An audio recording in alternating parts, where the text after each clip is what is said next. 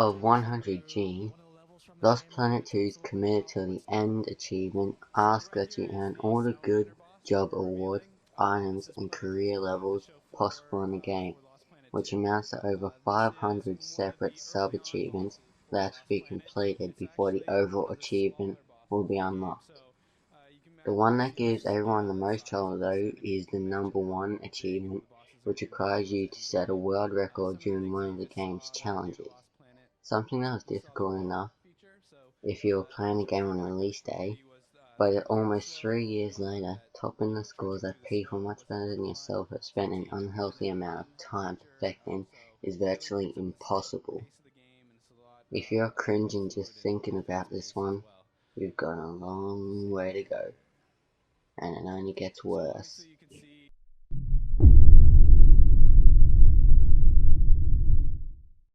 Rock Band 2 features a setlist called the Endless Setlist 2, which, as you can guess, features just about every song in the game, back to back without any downtime. To complete the achievement, you must play through 84 songs without a single fail, and to make things even more punishing, you can't pause the game to go to the toilet, so you're gonna need a bucket and a friend prepared to pull your zipper up and down, or better yet, don't wear jeans. The challenge takes close to 7 hours to complete, meaning that even if you can resist the urge to pee, your hands are going to end up knotting up after the 2 or 3 hour mark. By over double that, your hands are probably going to be suffering from severe cramps, which combined with the increase in difficulty makes this an epic challenge even for those who can comfortably beat most songs on Expert. Pro tip: make sure you use fresh batteries, because if they run out, the game will interpret this as a pause, and knowing Sod's Law, it would probably happen during the final riff of the final song too.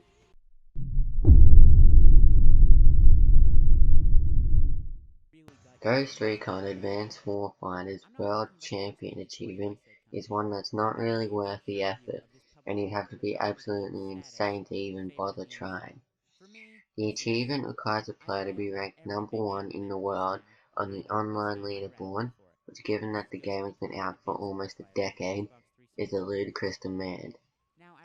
You don't have to keep the spot for more than a second, so there's that, but the sheer number of man hours it would take even the most skilled player is staggering.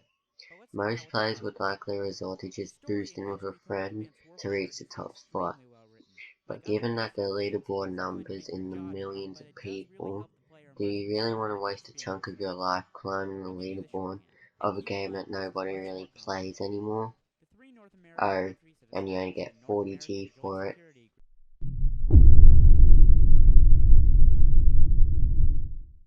Rockstar proves themselves complete misses by only handing out a paltry 10G for this demanding achievement, which first asks the player to beat the game, then beat it again on New York Minute mode, which will then unlock New York Minute Hardcore mode, the reward for the most insane and sadistic Max Payne fans. This mode requires you to beat the game on the hardest difficulty while being timed without dying once. Oh, and for good measure, you have to do it in a single sitting. There are so many random elements in the Max Payne world that this one is just asking for trouble. If it's not a physics glitch, then you'll get capped by an unseen enemy, and you have to start the whole thing over again. Though the game isn't exactly long, this is one you should only try if you're in completely zen frame of mind. It is infuriating.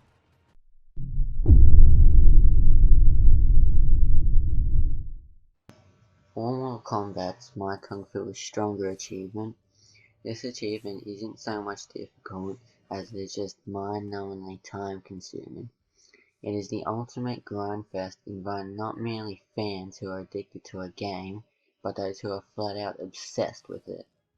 This achievement, which gives out 60G, asks you to become a master of every single fighter in the game, and this is achieved through winning 100 fights, executing 100 fatalities, 150 X-ray moves, spilling 10,000 liters of blood, and playing for an entire 24 hours. and that is with each and every character. Given that the game has 28 players, that means that even using the tag team mode, you're going to spend 14 24-hour days getting the achievement. I would suggest that anyone who actually gets this and doesn't do it in shifts with a friend severely reevaluates their life. Sorry, but it's true.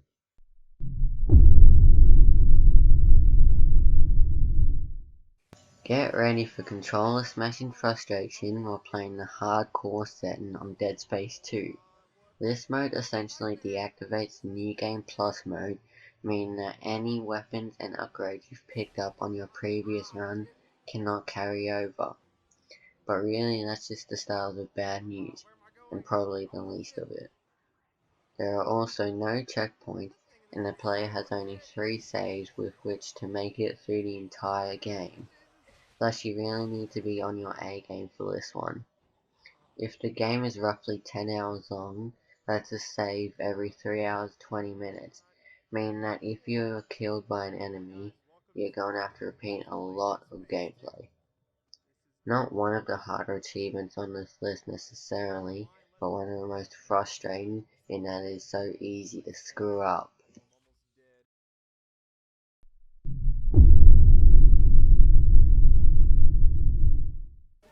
We all have fun criticizing the Call of Duty series for being unimaginative and appealing to the most casual gamers, but there's absolutely nothing casual about this ridiculous achievement in Call of Duty 4 Modern Warfare.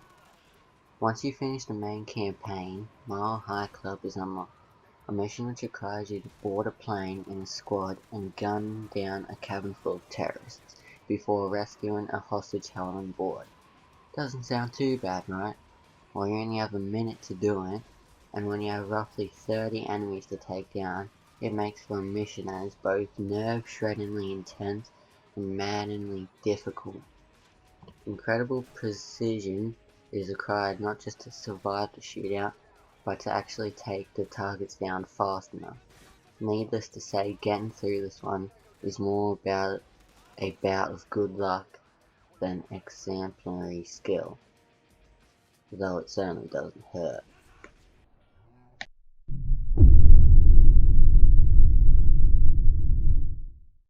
For your trouble, this ridiculous achievement will reward you with a measly 20G. Once Infinity Mode has been unlocked, you'll soon realize that you have to keep in order for Frank to stay alive. As if the zombie horde wasn't challenging enough. Oh, and you'll need to stay alive for 7 game days to complete this achievement, which translates to 14 hours of real-time play. And given that your health will bottom out every 20 minutes, that means you'll need to keep an eye out for food. This is ignoring the fact that without any saves or checkpoints, you need to beat it in one sitting. And as much as anyone loves taking on thousands of zombies, I think 14 hours of play might be a little much even for the most dedicated gamer.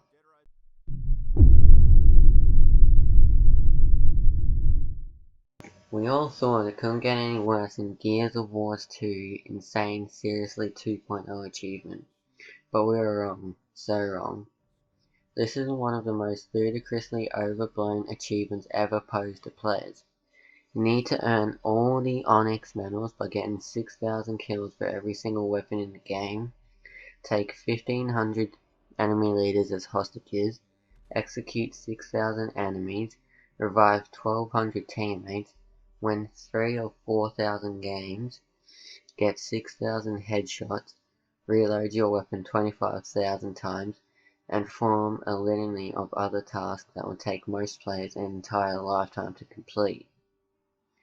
Incredulously, some players have actually completed this one, though I suspect they haven't seen a lot of day, or a girl, in many a year. Well, bring on Seriously 4.0.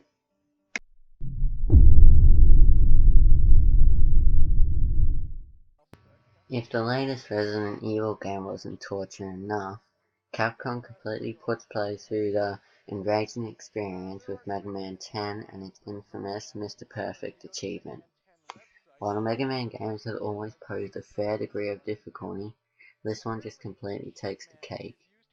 This achievement asks you to beat the game without sustaining a single bit of damage.